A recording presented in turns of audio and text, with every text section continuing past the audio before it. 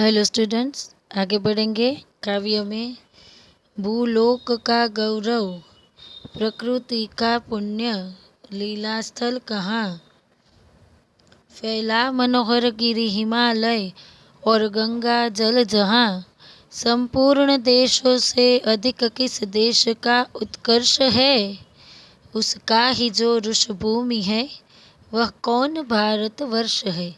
यानी कि भूलोक यानी पृथ्वी वह स्थान कहाँ है जिस पर संसार को गर्व है, और जो प्रकृति की पवित्र क्रीड़ा भूमि है वह स्थान वही है जहाँ हिमालय पर्वत और गंगा नदी बहती है। यानी कि यहाँ भूलोक यानी पृथ्वी पर लेखक कहते हैं कि गौरव प्राप्त करने वाला जो प्रकृति की फैला मनोहर गिरी हिमालय। अब हम कभी हिमालय पर जाए तो वहाँ गंगा का किनारा कितना सुंदर लगता है। वो कहते हैं संपूर्ण देश जो है अधिक किस देश का उत्कर्ष है, यानी कि कोई देश अपने देश यानी कि हमारे देश जैसा है वही है स्थान जहाँ पवित्र भूमि, क्योंकि वहाँ हमारी ऋषि भूमि, हमारे ऋषियों जो है वो तप कर रहे हैं।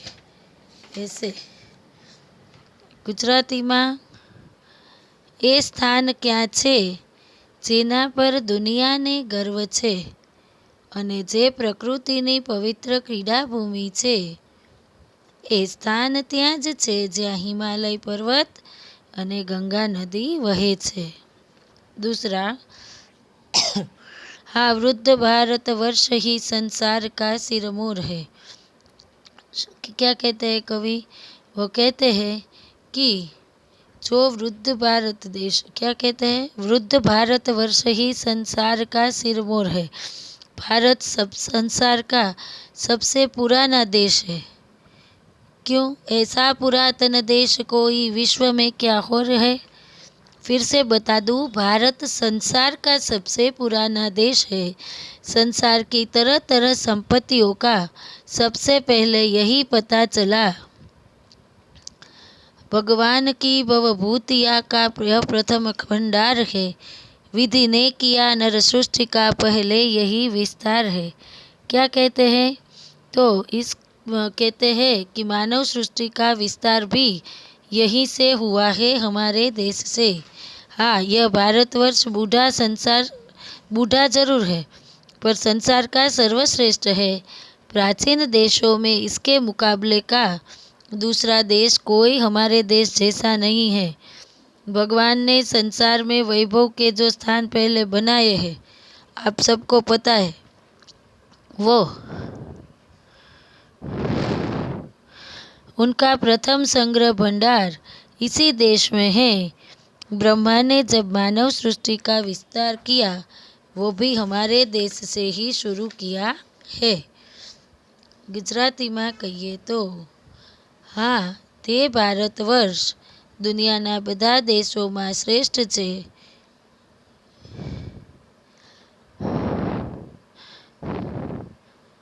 પ્રાચીન દેશોમાં તેની સરખામણીનો બીજો કોઈ દેશ નથી। भगवान की भवभूतियों का यह प्रथम भंडार है। यानी कि भगवाने दुनिया में सौथी भवभूति एटले के वैभवना साधन जे बनाव्या ई सौथी पहला अपना देश में सौथी पहला बनावेला छे अने खुद ब्रह्मा है। विधि ने किया नर सृष्टि का पहले यही विस्तार है। खुद ब्रह्मा जीए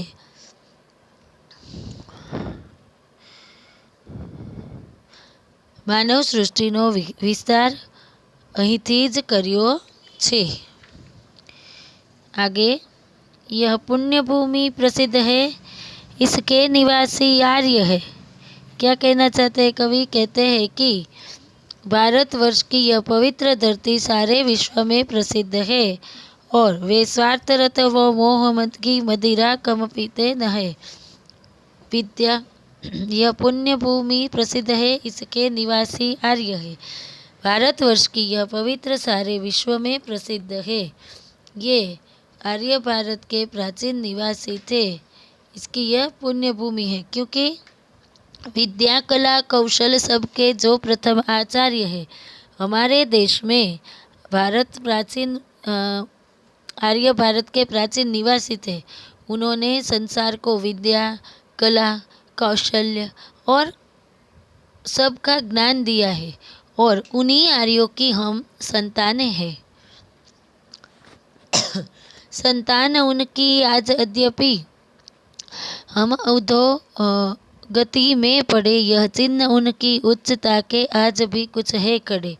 यानी कि आज देश की दशा अच्छी नहीं है, फिर भी प्राचीन सभ्यता संस्कृति के गौरव के चिन्ह अभी भी यहाँ मौजूद है। यहाँ कहना चाहते हैं कवि की यद्यपि उन आर्यों की संतानें आज बुरी दशा में है, फिर भी उनके महान चरित्र जो है कुछ निराश आज भी मौजूद है। वे आर्य ही थे जो कभी अपने लिए जीते નથી। એ આર્ય જ હતા જો પોતાના માટે ક્યારેય જીવ્યા નથી।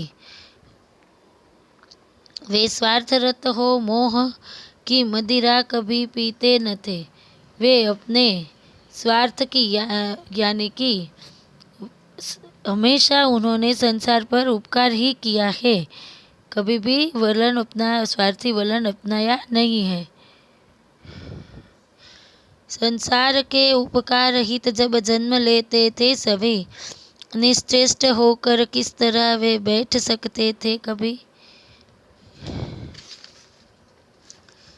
यहाँ कवि कहना चाहते हैं इस काव्य पंक्ति में आर्यों की महानता का परिचय होता है कि आर्यों में परोपकार की प्रबल भावना रही है। जिनका जीवन दूसरों की भलाई में ही बीतता था, वे महान चरित्र के कर्मवीर पुरुष थे। आगे